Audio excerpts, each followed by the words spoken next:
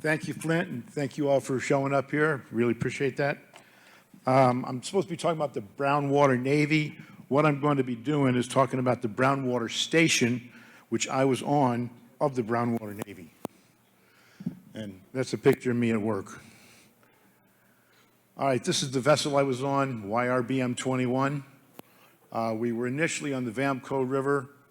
We had no propulsion of our own. We had to be towed. So they got a seagoing tug hooked up to us, and it took us out to South China Sea down to an Army base called Dongtown. We were there for about 1 month, and they decided to move us again. Well, they moved us up the Mekong River to about 10 miles from the Cambodian border, and that's where we stayed for the rest of the time I was there. Now, about the Brownwater Navy, though, they're the smaller boats. You got the PBR, the River Patrol Boat, and the Swift boats. Those are the two lightest vessels that we had. As Pete said, the PBRs had fiberglass hull, and the Swift boats had aluminum hull. Well, we had a crane on the back of the vessel here that picked up the PBRs and we did any engine work and did any of the fiberglass as well. Other boats that they had were airboats, like they have down in Florida, and we got tango boats, monitors, and zippos, and a few other different things. Most of the boats were land-based, but some of them were assigned to berthing ships and barges like my own. So the YRBM 21, which Flint had mentioned, Yard Repair, Berthing, and Messing is what it stands for. We supported a group of river patrol boats, who I said they had the fiberglass hulls. We also had a flight deck and had 2 helicopters, and every once in a while they'd come back and they'd have body bags in them. I was part of the crash crew for about 2 months. Luckily, nothing happened up there. They didn't have any crashes or stuff like that.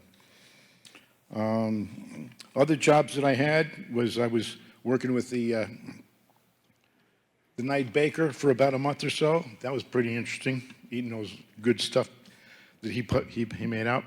And I was also doing the watch, walking around the deck of the YRBM and with a 45 just in case any swimmers came up. We were on the Mekong, like I said. It was such a wide river, we weren't so much worried about being attacked from the side. We were more interested in any debris that came down the river. We were worried about swimmers. We had concussion grenades that we'd throw in the river in case anybody had, any swimmers were out there that would blow their brains out. And a lot of guys took pot shots with the M16s and the 45s. Let me get some pictures here. All right, this is a picture of some of the civilians and soldiers that they had. Every once in a while, we had leave to go on shore. And I don't know if this was Tan Chau, but that was one of the towns that we were close by.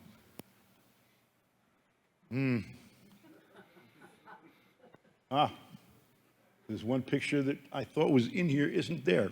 I had a picture of a monitor which was tied up next to us, and it showed the brown water. That's why they called it the Brownwater Navy. And in the Mekong River, it is brown, believe me. Now, the PBRs and the Swift boats, like I said, were the lightest vessels. They were the main ones that would go up the shallower streams. And like Pete indicated, you got to watch the currents there too, because the currents change the depth of the water and pile up some of the dirt there. So some of those boats do get stuck. So you got to watch out where you go and how far you go. All right, let's see here. All right, this is the Last Chance Saloon. We were tied up, anchored rather, excuse me, on the Mekong River, and downriver from us was the USS Vietnam. Both of us had beer barges. This sign was put up there after a terrible situation happened.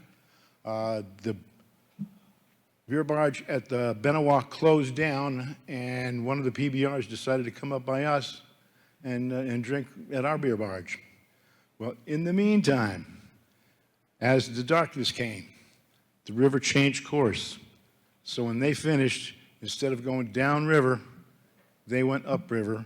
They got caught in Cambodia. We eventually got the sailors back, but we never got the boat back. That's about all I have.